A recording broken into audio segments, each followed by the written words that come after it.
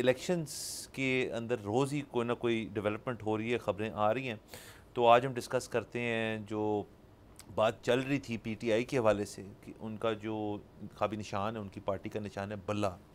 उसके ऊपर एक बहस छिड़ी हुई थी कि इनके जो इंट्रा पार्टी इलेक्शंस हैं वो अनकॉन्स्टिट्यूशनल हैं और पेशावर हाई कोर्ट ने भी मूव किया कि इसके ऊपर ईसीपी को फ़ैसला करे, तो वो फ़ैसला आ गया। वो फ़ैसला पीटीआई के लिए तो बिल्कुल अच्छा नहीं है। वो उन्होंने कहा ये कि आपके इंट्रा पार्टी इलेक्शंस वाक़तन अनकॉन्स्टिट्यूशनल थे और उन्होंने एक बड़ी माइक्रोस्कोपिक तरीके से उनको एनालाइज़ किया, जो कि माजी में हमने शायद नहीं देखा कि ईसीपी इतनी इन्वॉल्व हुए एक अपनी पार्टी की अपनी डीलिंग्स में। लेकिन उसकी वजह से उन्होंने उनका इलेक्शन का जो लोगो है, पार्टी का लोगो सॉरी जो है बल्ला, वो हटा दिया गया है। अब जितने भी तमाम कैंडिडेट्स जो पीटीआई की तरफ से उन्होंने अपने कागजात नामजदगी जमा कराए हैं, उनको इंडिपेंडेंट हैसियत पे लड़ना पड़ेगा, अनलेस वो अभी फ़ैसला करते हैं किसी और पार्टी को ज्वाइन करने का, जो कि ज़ाहिर है इस वक्त मुमकिन नहीं है, अब तो बहुत क्लोज टू डेट है। तो ये सारे मामलात हैं। इस पे पीटीआई का अपना एहतजाज भी है। उसमें फिर से लंदन प्लान के नारे लगना शुरू हो गए हैं कि उसके तहत ही सारा कुछ हो रहा है और हमें साइडलाइन करने की कोशिश की जा रही है। और जो लेवल प्लेइंग फील्ड का सुप्रीम कोर्ट से लेके हाई कोर्ट से लेके ईसीपी तक एक वादा था, एक प्रॉमिस था, वो लेवल प्लेइंग फील्ड पीटीआई को नहीं मिल रही। ये उनका कहना। देखें, एक तो इलेक्शन का ये कितना मज़ा है कि रोज़ एक नई डेवलपमेंट है हमारे पास, अब कंटेंट ही कंटेंट है।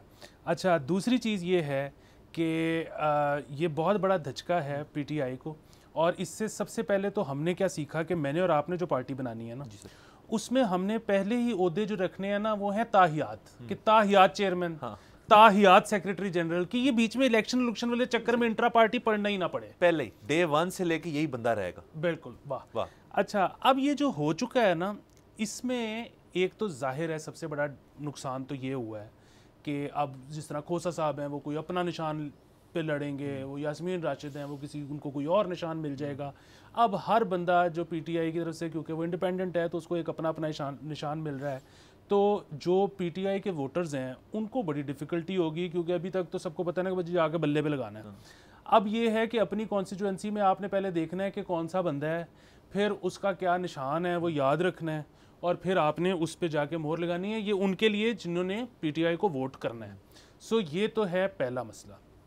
जो दूसरा मसला है वो ये है कि, और इसमें दो आरा हैं, वो ये कि जो भी रिज़ल्ट निकलेगा, जो भी एमएनए एमपीए बनेंगे जीत के इंडिपेंडेंट, जो कि बेसिकली पीटीआई के हामी हैं, क्या वो उसके बाद पीटीआई ज्वाइन कर सकते हैं इलेक्शंस के बाद या नहीं, क्योंकि फिर उन्होंने वोट करना है for women seats, reserved seats, उस हिसाब से उनको जी मिलनी है ना।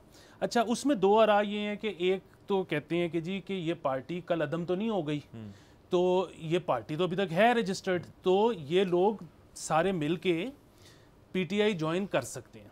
अच्छा, दूसरे जो राय है वो ये है कि इनका तो जो स्ट्रक्चर है पार्टी का वही उखाड़ा गया ना, कि अब पता ही नहीं है कि चेयरमैन कौन है, अब पता ही नहीं है कि सेक्रेटरी जनरल कौन है।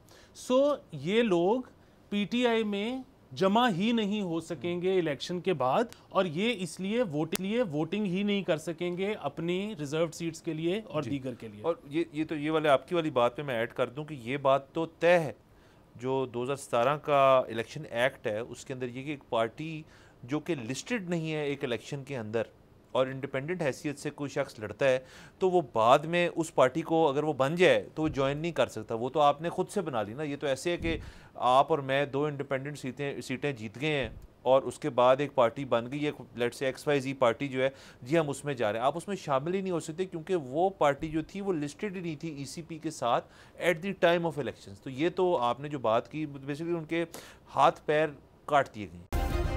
सब्सक्राइब करें और बेल दबाएं ताकि कोई खबर रह न जाए।